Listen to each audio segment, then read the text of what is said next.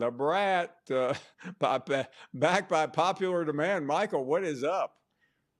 Hey, Paul, doing good. Just got off the golf course, and when you know it, I ran into Hugh Freeze out there. I don't know why. Michael, we were talking about this with John Talty, and there's so many aspects of this that are just so ridiculous. First of all, I've pointed this out, but I'll say it again. You don't. The head football coach at Auburn doesn't have to post his scores. He's not trying to make the Masters next year. And the fact that he played 11 times in June, and that was a week ago, and who knows how many times he's played this week. What does that say to you? Well, it's starting to make sense, Paul, that I don't know if you caught this earlier this offseason, but Hugh Freeze says, hey, this is year 3. The goal is to make a bowl game. So that makes sense. I just checked the recruiting rankings before I jumped on with you, Paul. Kentucky currently has a better ranked recruiting class than Auburn. So all of a sudden that makes sense. But, hey, at least Coach Freeze give us something to talk about heading into SEC Media Days. If I get an opportunity to speak with him, I'm going to ask him what his handicap is right now. Yeah, I mean, listen, Talty had a great line a minute ago. He said, in spite of all those golf rounds, his swing still looks terrible. So, I mean, I don't know. I don't know what to say. But, you know, we live in the world where right now, when you say Hugh Freeze, there's a golf joke, isn't there? There is. So, you know, it's going to be interesting to see how he can blame this one on Peyton Thorne, but I think he'll find a way. But no, seriously, I mean, this just, at least we're not talking about his football program, which has about as much momentum as the Titanic right now. Michael Bratton with us, of course, in case you were wondering who that person was from that SEC podcast. Michael, outside of the Hugh Freeze story, there really isn't any other stories, but what else is getting your attention lately? Well, again, like you referenced, we got media days coming right around the bend. I'm going to be pretty interested to see which players make the trip this year. That's not always a huge storyline, Paul, but with so much outstanding quarterbacks in this conference right now, and a lot of them, you know, you would assume a guy like Arch Manning, Texas is doing it wrong if they're not bringing him, but it wouldn't be the first time that a SEC program has not brought I don't want to call him an underclassman, but a first-year starter. Someone like DJ Lagway, who's only a sophomore, will he make the trip? Lenore Sellers, another redshirt sophomore, will he make the trip? There's a real opportunity, I think, Paul, for the SEC to kind of blow the rest of college football out of the water with the star power at the quarterback position. Yet a lot of the times these coaches keep these players under wraps for some reason. I mean, that's the whole purpose of the event, in case I need to tell them. So I'm going to have a keen eye on which quarterbacks attend this thing. Yeah, I mean, sometimes they do it because they just don't want that much attention, and who knows? They'll get it eventually, whether they get it at media days or when they show up at camp. Let's move along and talk about Alabama, because I know I've seen lately. I thought I was wondering if there was an imposter. Maybe cousin Shane had kidnapped you, and they put in someone else, because you've been saying nice things about Alabama lately. Yeah, and let me remind your listeners, Paul, that Alabama's my pick to win the SEC. I don't know if you just saw this, but the new college football video game just debuted their team rankings. They have Alabama as the number 1 team in the nation this year. So the buzz is starting to grow for the Crimson Tide. Year 2, of course, under Kalen DeBoer, or as we like to call him, DeBoring.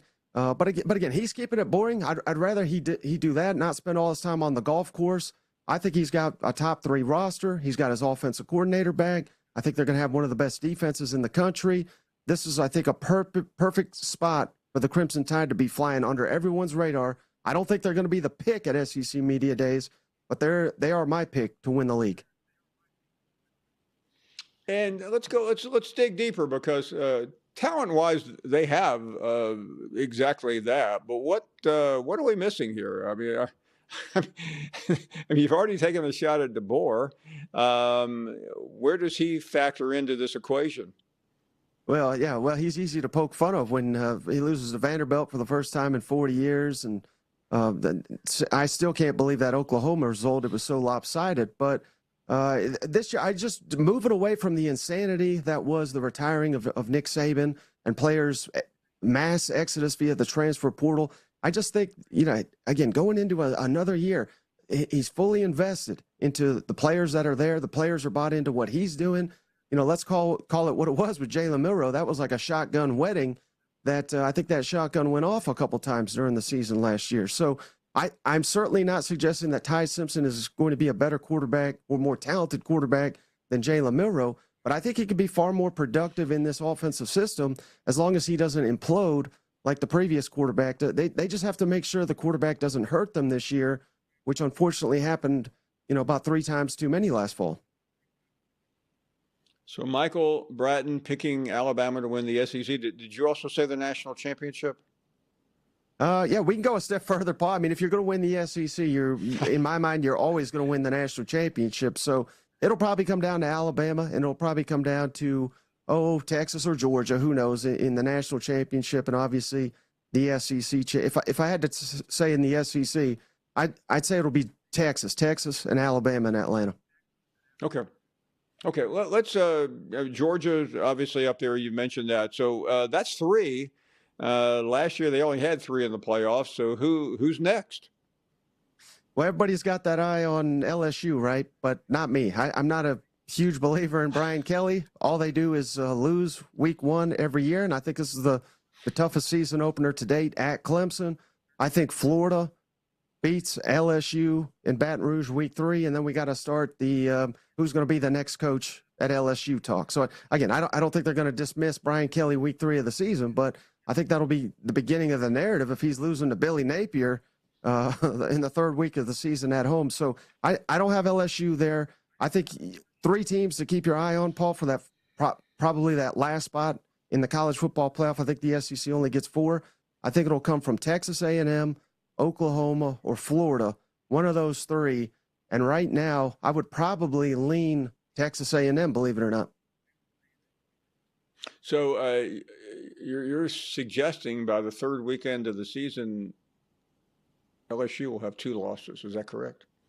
Right. Yeah, at Clemson, because they lose. I mean, I'd love to see them beat Clemson. I'm not a big fan of Dabo either, but all LSU and Brian Kelly does is lose week 1, so I'll give them a loss there. And then, yes, at home against Florida. I think Florida's going to be one of the teams to beat. I just don't think they can navigate their schedule all the way to a 10-2, maybe even a 9-3 that it will take. Same deal with Oklahoma. They have a gauntlet of a schedule as well. There are no easy schedules in the conference, but Florida and Florida and Oklahoma arguably have 2 of the hardest, while A&M is a little bit more manageable. I think A&M, I think they can get to 10-2 and make the college football playoff this year, even with facing Notre Dame out of conference. I didn't hear you mention Ole Miss. A lot of people think they're a sneaky good team. I thought they were sneaky good last year, Paul, but that defense was arguably the best in the conference, particularly against the run, yet they couldn't get it done with 3 head-scratching losses. Well, the one at LSU was forgettable. Kentucky and Florida were not, and this roster is not nearly as good. So the path is there for Ole Miss, but I call Lane Kiffin Lane Whiffin for a reason, Paul. He'll whiff on a game or 2, a critical one that'll cost the Rebels another shot at the college football playoff. I think they'll be good, but maybe 8-4 good, not nearly good enough to make the college football playoff. I haven't heard Tennessee mentioned. Well, yeah, Cousin Shane, he thinks Tennessee's going 11-1 this season. Sure he does. I think he's been drinking on the golf course with maybe some of these coaches because I don't think Tennessee can sniff the playoffs this year, not with a trip to Alabama, a trip to Florida, already discussed both those programs, and, of course, Georgia. They haven't beaten Georgia in 8 years. But in reality, Paul, if they can flip one of those 3 games, they have a shot. But I just don't see it. I think they'll trip up somewhere else on that schedule. And, again, I'm looking at that Oklahoma game. I know it's in Neyland Stadium, but I think that's going to be a season-defining game for both those programs. I think Tennessee's closer to 9-3. So, again, really good.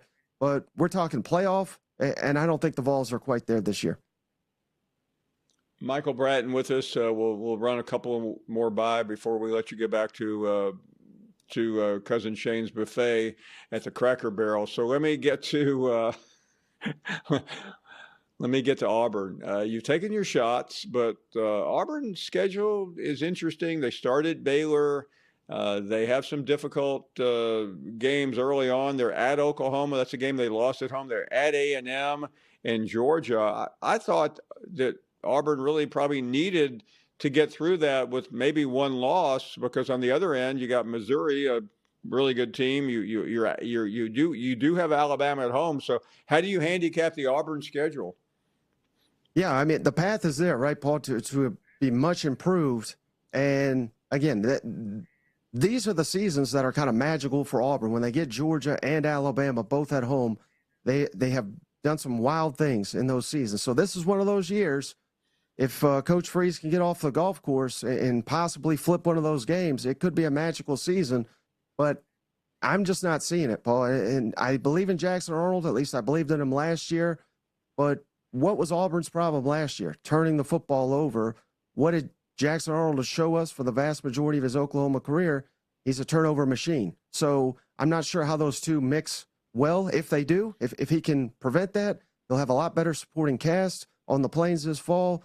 Then maybe Auburn's a dangerous team. But I got to see it before I believe it. I think Hugh Freeze, his reputation as a quarterback whisperer, I don't know where that comes from. He beat Nick Saban twice. I don't know what he's done since. So, no, I mean, I think a good year for Auburn is 7-5, and that's not the standard down there, but apparently that's his standard, is just making the bowl game. So maybe the Music City Bowl, which I guess that's a win for him. Well, it's better than no bowl game. Michael, before you go, get a lot of questions about this program, and I've tried to defend the coach, but fans are getting a little tired. Nobody really knows what to make out of Mark Stoops' situation at Kentucky.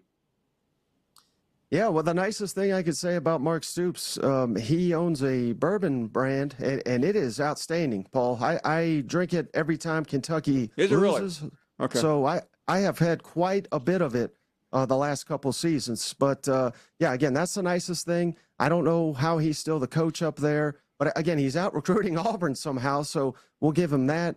How he beat Lane Whiffin, I'll never know. I mean, that literally cost Ole Miss a spot in the college football playoff. But I believe the over-under is 4.5 on Kentucky, Paul, and I would bet the under if I was a betting man. So I think it's another rough year in Lexington.